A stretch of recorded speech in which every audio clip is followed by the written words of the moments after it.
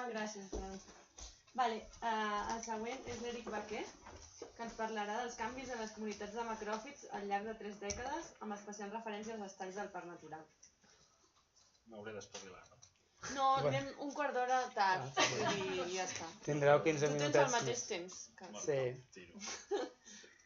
Bé, doncs jo us parlaré una mica del que ha parlat l'Esperança, però més en general centrant-me en tots els estanys dels que tenim dades en el parc natural.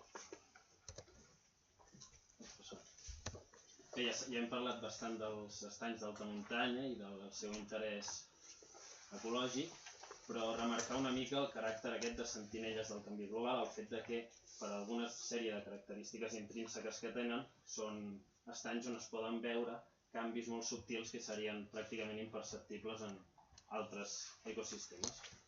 I respecte als macròfits, que és el que nosaltres treballem, en el Pirineu, sobretot en comparació amb altres serralades d'Europa, la riquesa és bastant elevada.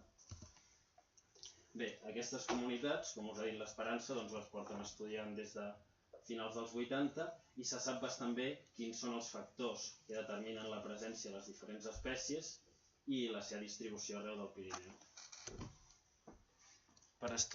Per fer aquests estudis, bàsicament es composen de, com a mínim, 2 mostrejos a cadascun dels llacs que tenim, que són 30 llacs, ja ho veurem, des de la dècada de 1980.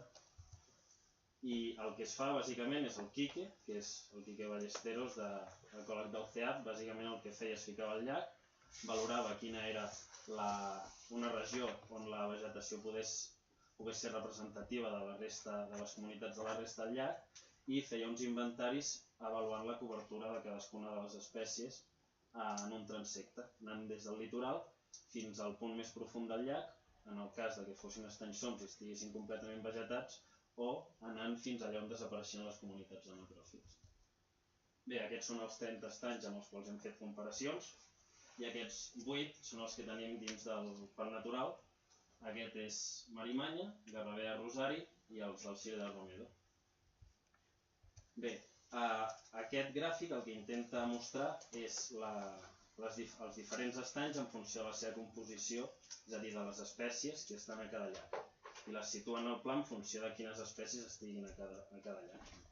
Els punts grisos són els estanys de tot el Pirineu i els punts en verd, aquests d'aquí, serien els estanys del Parc Natural del Pirineu dels quals nosaltres tenim dades. Per tant, inclús dins del context del Pirineu, aquests estanys són singulars en quant a la seva composició d'espècies.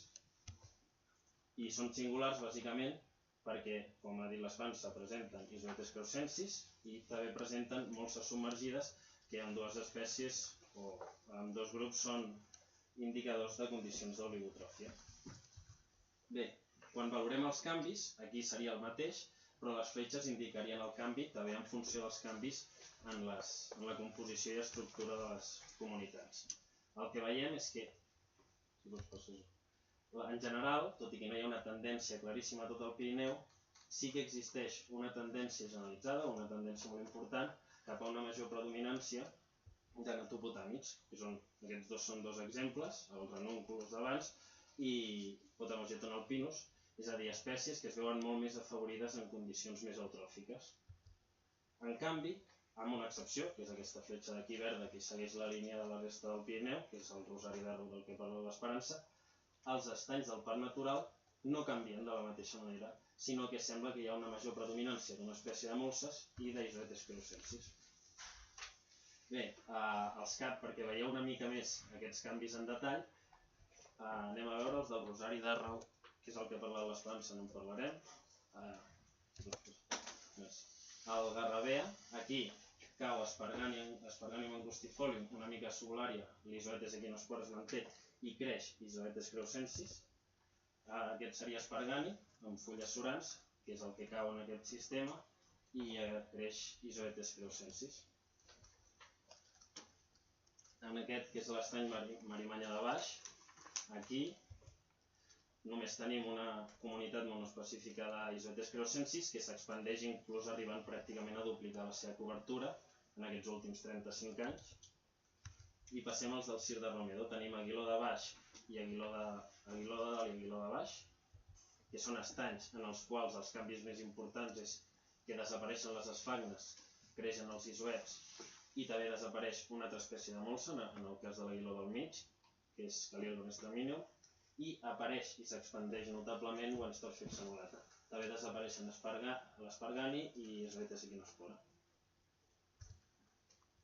La resta d'estanys del Cir de Romedo, aquí l'espargani es manté, Wenstorfia més o menys els manté amb una certa pèrdua, les esfagnes tornen a caure i l'Izoetes torna a créixer. En el cas del Sanó, tornem a trobar el mateix, tot i que aquí les esfagnes en el 2009 vam veure que creixien i després desapareixen completament. Wenstorfia torna a créixer i Izoetes, tot i que fluctua una mica, acaba tenint cobertures majors que al final. I aquí, en el cas contrari que en la resta d'estanys, sí que apareixen i creixen Izoetes equinospora i també Sparganium angustifolium. I en aquest cas passa el mateix que en el cas anterior, són dos estanys que estan molt a prop entre ells. S'expandeix una mica, s'expandeix una mica Izoetes crescensis en fundària, les esfagnes tornen a caure i Wenstorfia més o menys es manté igual amb una expansió en aigües més profundes. I bé, aquest gràfic seria el gràfic de resum, on es veuen, cada punt indica el canvi brut en la cobertura per cadascuna de les espècies i aquí veuríeu les mitjanes d'aquelles espècies de les quals tenim suficients dades. El Ranunculus i el Potamogeton són les espècies que apareixen en el rosari i la resta que veiem és que l'Izoet, tot i que amb una pèrdua molt important corresponent al rosari, tendeix més o menys a créixer en aquests estanys del parc natural. Izoetes equinospora més o menys es queda igual, al igual que l'espargani, i les molses, amb l'excepció de Wenstorfia exanulata, tendeixen a caure, destacant molt les esfagnes que es perden a tots els estanys en els quals eren presents. També cau Subularia en els dos estanys en els quals era present. I bé, bàsicament el que ha comentat l'Esperança, que seria interessant fer un seguiment continu, en aquest cas per avaluar si totes aquestes dinàmiques de les quals tenim 2 o 3 punts només en el temps, realment continuen i se segueixen les tendències que es presenten aquí. També, òbviament, això ens permetia entendre millor quins són els factors que amenacen aquestes comunitats o quins són els factors que tendeixen a fer que es donin aquestes dinàmiques i, com ha dit l'Esperança, veiem que tots els estanys del parc natural varien de manera diferent a la resta del Pirineu, excepte aquell estany on ha entrat el baró. Per tant, seria interessant preservar sense baró el Cir de Romedo i Marimanya i fer esforços per restaurar el rosari, que heu dit que ja en marxa. I ja està.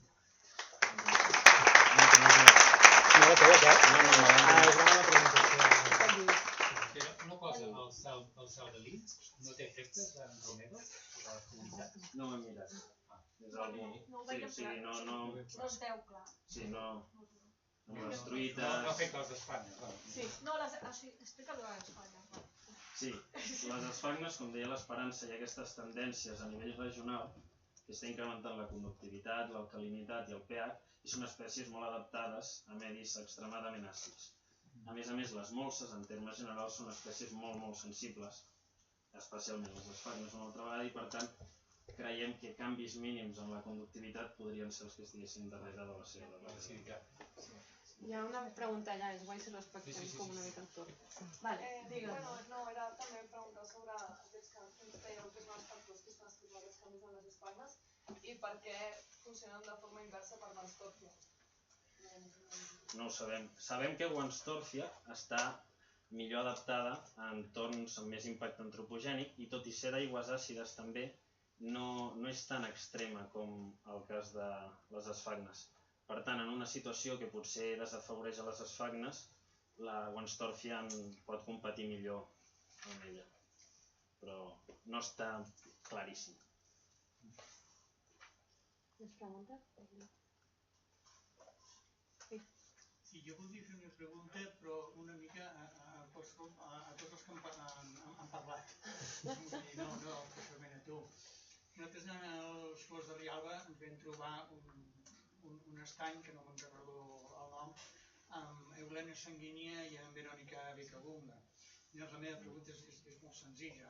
El bap roig, la truita i tal, han arribat a provocar alguna vegada, dels que heu estudiat, el Marc i els altres,